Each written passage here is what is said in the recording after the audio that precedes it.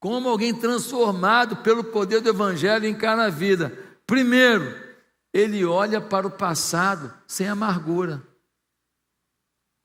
No versículo 12, nós lemos assim: quero que saibam, irmãos, que aquilo que me aconteceu tem, ao contrário, servido para o progresso do Evangelho. Paulo está preso, e o que aconteceu com ele? Ele está no final da vida, ele é um veterano, ele está agora para morrer, e ele fala: o que me aconteceu foi bom, serviu para a pregação do Evangelho. O que aconteceu? Prisão, açoite, naufrágio, ameaças, sofrimento, traições, apedrejamento, gente próxima traindo ele, as autoridades querendo o seu fim. Paulo sofreu coisas terríveis, e o que ele fala? Deus permitiu, ele tinha propósito. Na cabeça do Paulo, o passado de dor, Deus permitiu, ele tinha propósito.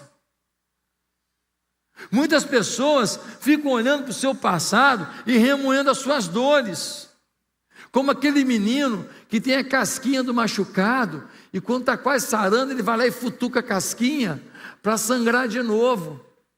E quando forma a casquinha, ele futuca de novo para sangrar de novo. Tem gente aí que tem 10 anos que teve um sofrimento, você está tirando casquinha até hoje. Eu não estou diminuindo o que você passou, mas a Bíblia diz que devemos trazer à memória o que nos traz esperança. Traz esperança ficar lembrando das dores do passado? Traz esperança ficar tirando casquinha dos seus ferimentos? Traz esperança lembrar que te fizeram isso, que falaram isso, que fizeram isso com você, que fizeram aquilo? Ficar remoendo, ruminando uma dor, não traz esperança. Pastor, mas o que eu passei na vida foi dolorido. Eu não estou dizendo que não foi, eu só estou dizendo que Paulo sofreu mais que você, mas não olhava para o passado com amargura.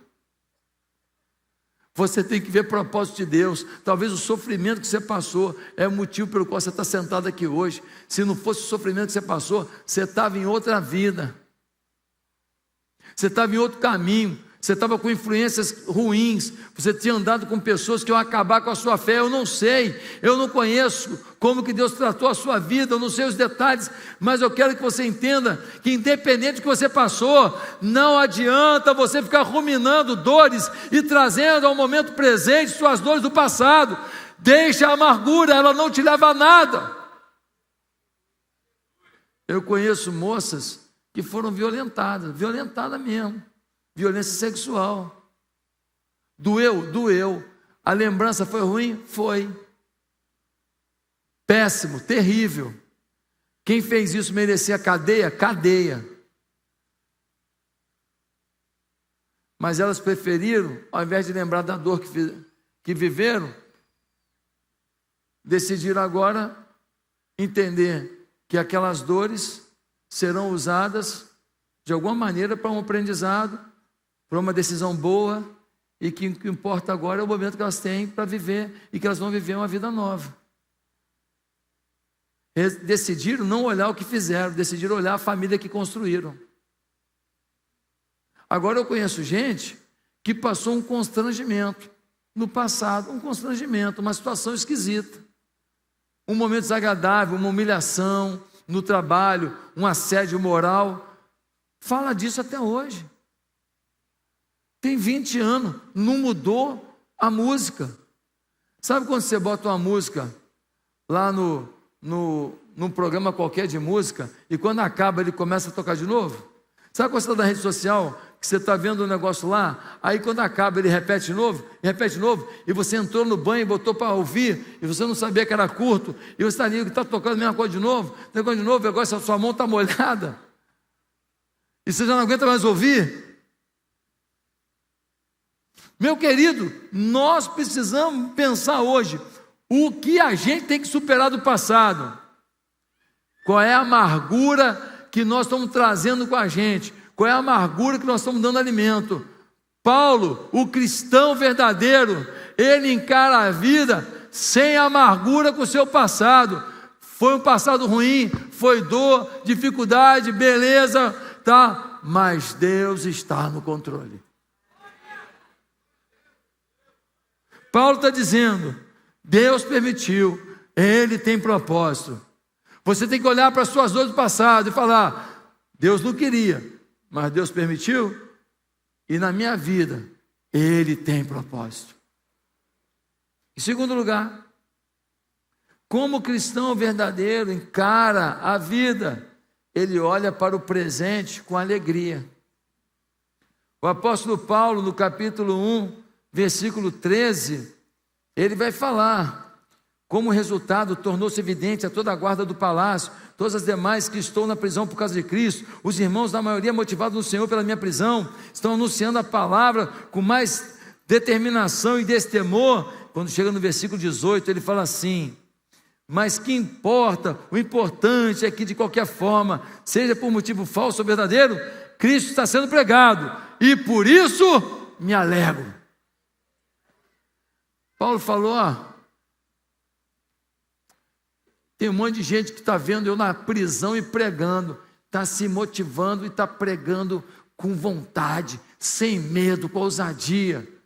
Tem uns que estão pregando por vaidade, que viram que os que estavam pregando, teve gente que seguiu eles, aí eles resolveram fazer também, é por vaidade. Aí Paulo fala assim, estou nem aí. O importante é que o evangelho está sendo pregado, e o evangelho é maior do que a boca que o profere, e vai ter gente que vai se converter até através da boca do falso. E por isso ele diz, eu me alegro.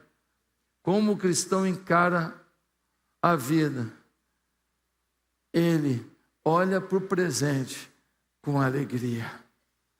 Você precisa ter alegria, mesmo numa prisão.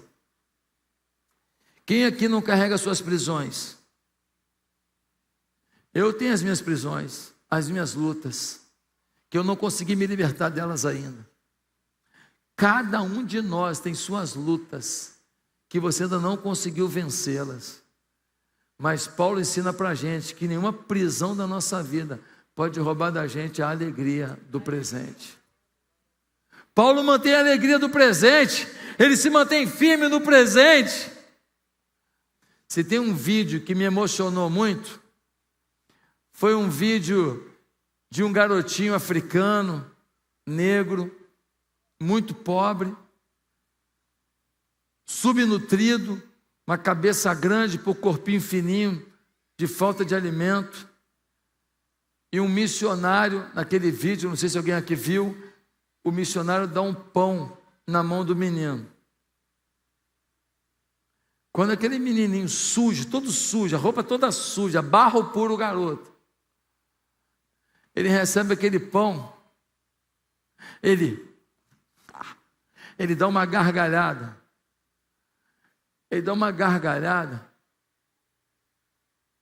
que eu fiquei pensando,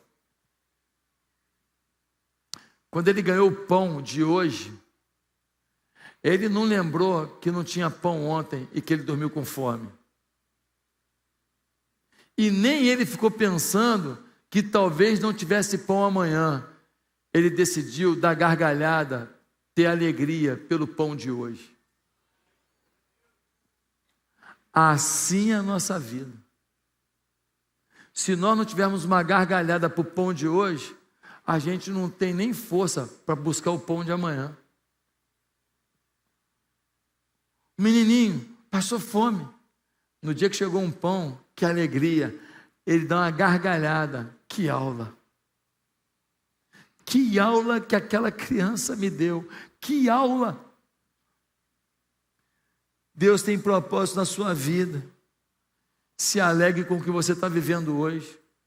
Talvez não é o momento mais confortável. Se alegre com o que você está vivendo hoje. Pastor, mas eu quero mudar o que eu estou vivendo. Você pode mudar, mas não se desespere, não perca a paz, não perca o sonho, não perca a alegria, não perca a motivação, porque o dia é difícil, porque tem prisão. Paulo ensina que o cristão encara a vida sem amargura com o passado e com alegria no presente.